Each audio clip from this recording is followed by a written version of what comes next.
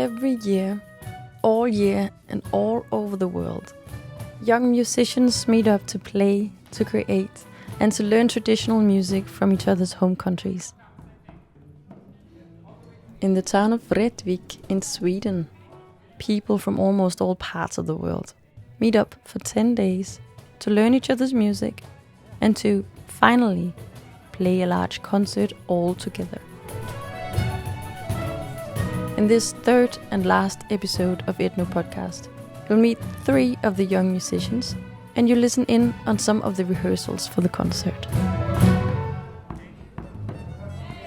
It's something special to share your music with the Ethno group and just like hear all of them play. And it's just like a fantastic feeling, and I think that's something that folk music and music around the world needs. You can't describe it with words. You have to be there to understand it.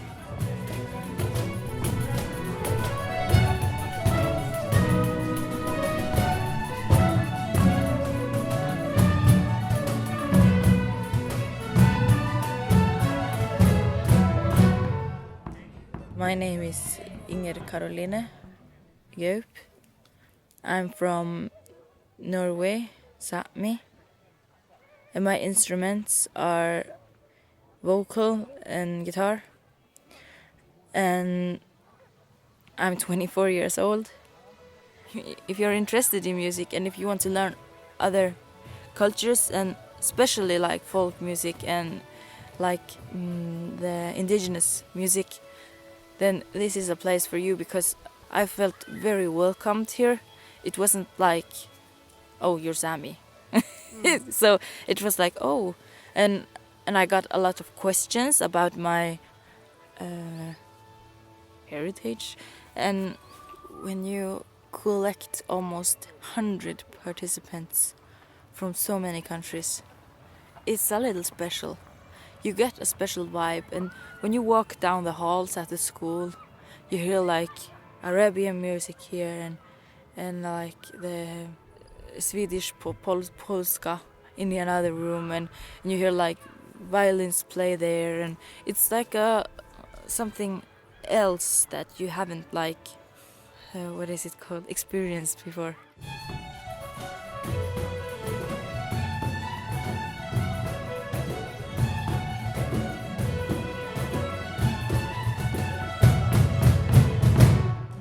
Hello, I'm Daniel Horn. I'm 18 and I'm a fiddler from Northumberland in Northern England. I'm not a huge believer in keeping traditions strictly traditional, in the sense that, everyone who celebrates these traditions must be from this place the tradition is celebrated. I think traditions should be opened up to anyone and everyone who wants to experience them. And I think people should also be open to letting traditions evolve and change, whilst obviously recording and remembering the old traditions. But I think the idea of sort of keeping things pure and the way they were hundreds of years ago is quite a backwards one. And I think Ethno is, it's the story of me teaching something English on the fiddle and then having someone play it on the nickel harper or any other one of the amazing instruments, bass guitar, electric guitar, trumpet, saxophone, instruments that, at least where I'm from, aren't traditionally associated with folk music. And I think that's how we get some of the most interesting, amazing, incredible things, whilst keeping tradition intact and, even changing it to fit today's music.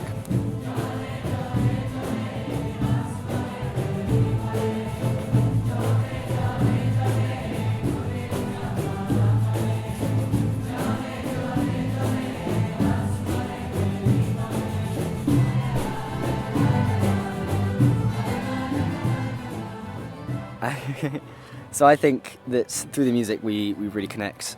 It's sort of like, because obviously music involves a lot of listening, so you're constantly listening to each other, constantly listening to people who play, so you are sort of constantly almost actively listening to everyone. And I think that's a very helpful skill in any circumstance, particularly socially. But with music, it's like you're making a connection, and I think that's incredible. How music crosses the borders and language barriers of the modern world, of the world as it has been for thousands of years. music kind of always has done. If you look at traditions and where they come from and origins of tunes, and yeah, I think there's definitely something fundamentally human about music. There's something even more fundamentally human about sharing that music, where friendships can cross borders, cross seas, cross mountains. It's just great to say that I now know people from so many countries and have friends from so many countries.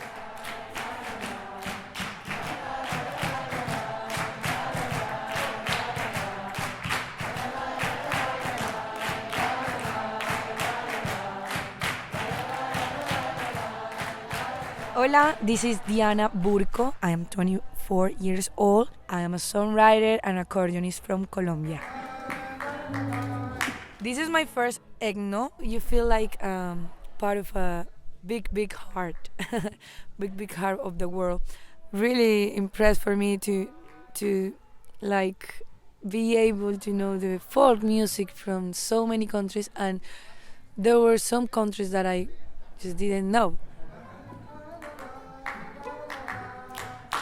I got a feeling that the world is big, but it's not that big or that different as I thought.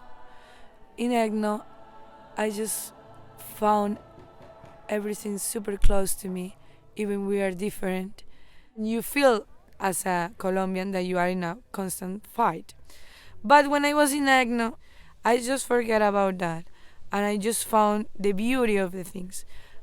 And not only the beauty, through the music, you found the real stuff, the real thing. Like, it's not about the money, it's not about the land, it's just about being a very nice human to the others, learn from the others, have the experience. Like, you can see life so much beautiful with Ethno. And also, like, Ethno needs you. It's a way I also feel that you are part of a big thing, you need them, but they also need you to be part of it.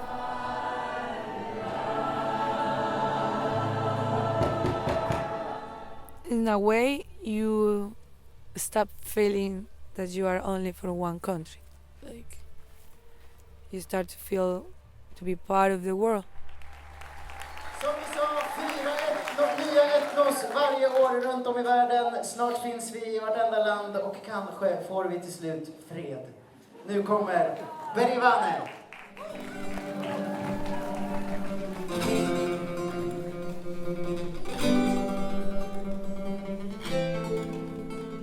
Ethno Podcast is produced by Lydpol in collaboration with Ethno Denmark. This was the last episode of Ethno Podcast for now, but you can learn more about the camps, the pedagogy of Ethno, and how to be part of it all at www.ethno-world.org. Thank you for listening.